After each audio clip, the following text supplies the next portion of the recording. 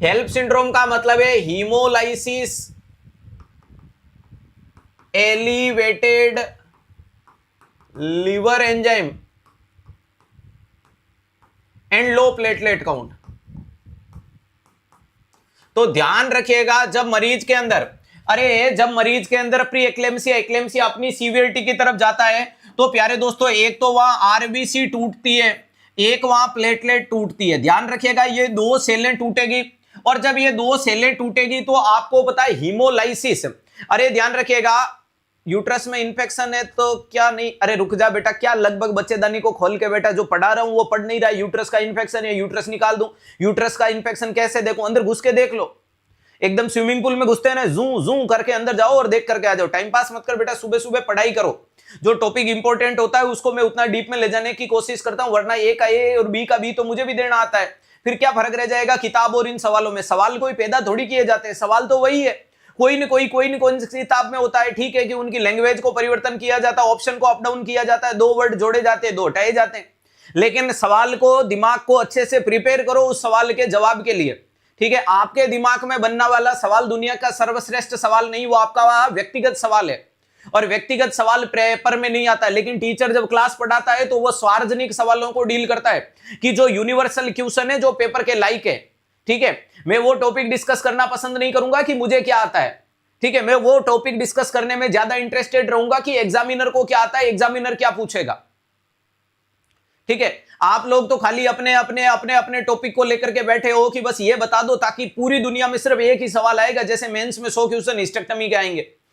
चलेगा, ध्यान रखिएगा। यहां मैं हेल्प सिंड्रोम के लिए ये बोल रहा था कि हेल्प सिंड्रोम में severity of the pre eclampsia eclampsia होने के कारण आपकी बॉडी में हीमोलाइसिस होगा, आरबीसी और प्लेटलेट टूटेगी। अब आपको पता है कि जब आरबीसी टूटती है तो आरबीसी का टूटना हीमोलाइसिस कहलाएगा। हाँ, क्या कहलाएगा, हीमोलाइसिस कहलाएगा।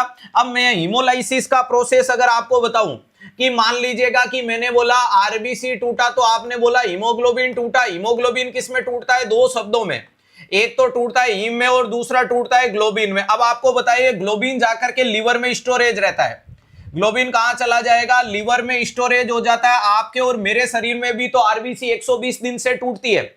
आरबीसी ध्यान रखिएगा, ध्यान रखिएगा, आरबीसी जब 120 दिन से आपके और मेरे अंदर भी टूटती है तो प्यारे दोस्तों आपको पता है आरबीसी टूटी मतलब हीमोग्लोबिन टूटा। हीमोग्लोबिन टूटा मतलब हीम और ग्लोबिन दो फॉर्म में टूटा। जब दो फॉर्म में टूटा तो ये ग्लोबिन जाकर के कहां स्टोर हो जाता है, लीवर में, ताकि अगली बार काम आएगा।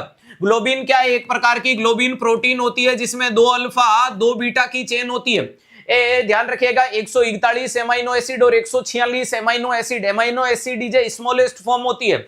ठीक है, अब ये अगर हीमोग्लोबिन का हीम टूटेगा तो इसमें क्या होता है सर, पोरपाइरिन की 4 चेन होती है और उसके बीच में इसमें बीच में फेरस पाया जाता है। हीमोलाइसिस में ये जो फेरस होता है यानी जो आयरन की फॉर्म होती है वो भी जाकर के कहां स्टोरेज हो जाती है, लिवर में स्टोरेज हो जाती है। अब पीछे कौन बच्चा है, ये पोरपाइरिन होता है, इसको आप लोग बोलते हो बिलिरीवर्डिन बोला जाता है। और ये बिलिरीवर्डिन को लिवर कन्वर्ट किसमें कर देगा, बिलिरुबिन में कन्वर्ट कर देगा।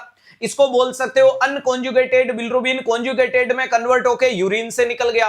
तो आप और मेरे शरीर में आरबीसी जब टूटती है तो अपना बिलिरुबिन का लेवल 0.6 to 1.3 के बीच में रहता है, उससे ज्यादा नहीं रहता है। क्यों, क्योंकि उतनी ही टूटती है। लेकिन इसमें तो एबनॉर्मल टूट रही है, मतलब संख्या जरूरत से ज्यादा हो सकती है। अब मेरे दोस्तों अगर आप में बिलिरीवर्डिन को बिलिरुबिन में कन्वर्ट करेगा तो लीवर का फंक्शन बढ़ा या नहीं बढ़ा, बढ़ गया।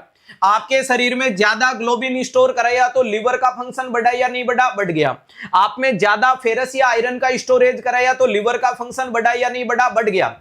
यानी कुल मिलाकर के येन केन प्रकारेण तुम्हारे लीवर का फंक्शन जोरदार बढ़ चुका है। ठीक है, अब प्यारे दोस्तों अब लीवर का फंक्शन जोरदार बढ़ा तो वो आपका लीवर क्या हो जाएगा, रप्चर हो सकता है। इतना ज्यादा फंक्शन कराओगे यानी एक्सिस अमाउंट में आप में हीमोलाइसिस होने के कारण, एक्सिस अमाउंट में आप में हीमोलाइसिस होने के कारण आपका लीवर क्या हो सकता है, रप्चर हो सकता है।